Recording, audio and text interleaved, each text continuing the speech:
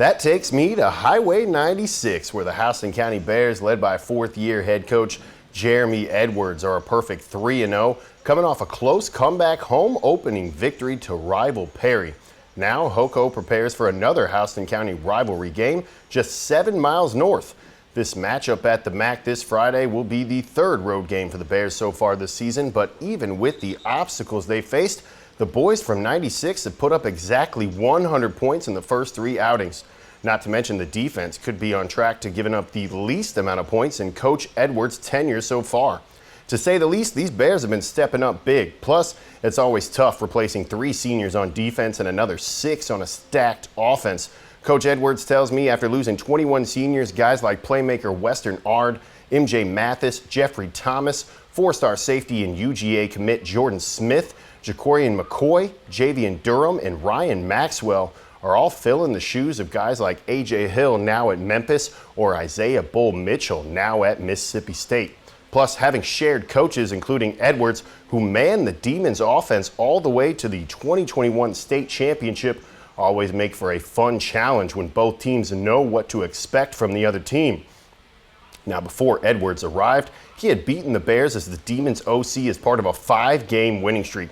Luckily, Hoco hired Edwards as their head coach, and that changed, going 2-0 against his former team. After slipping up and losing 54-44 in 2024's matchup, however, this Bears team wants to get back to beating the South Davis boys. Hoco is down 8-18-1 in this all-time rivalry. What will happen in the 28th edition of this hometown throwdown on Friday? It's the Bears and the Demons in the Week 4 game of the week. I got here 4 years ago, and will be my first senior class to see them all the way through. So it's a special, in that regard. And we got a lot of great leaders. These guys are used to winning. They won as freshmen. They've won every year they've been in the program. They show a lot of resiliency when it comes to, in game and making adjustments and just playing the next play. So I'm just been real pleased with the progression so far, and hopefully we can keep getting better.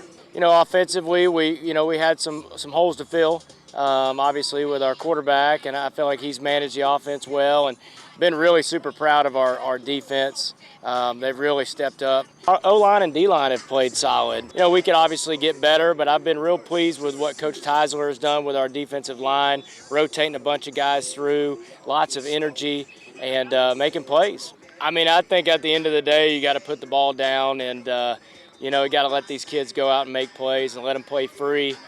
Kind of our whole deal this year is playing with house money, letting them cut it loose. We got talented kids here, so we don't want them thinking. We want them to go out and just react and play and have fun. It's just a good thing, it's a culture, that Coach Edwards built, and, it's just a grind, Our guys are close this year, and, last year we were close, but this year is just something different. And they're a good team, obviously. A couple of our coaches are over there, so it'll mean it a little bit more. Just like, Coach Dollar was over there at Perry, so whenever we beat them, it was a fun time. So, it's the same thing, it's just another team we got to play against and just go 1-0. Yeah, they do a great job. They've got a lot of team speed, some guys that we got to make sure we keep in front of us, or they'll make us pay. And I think that's going to be their deal, try to get the ball to their speed and let them make plays. But they're well coached, and it's a rival.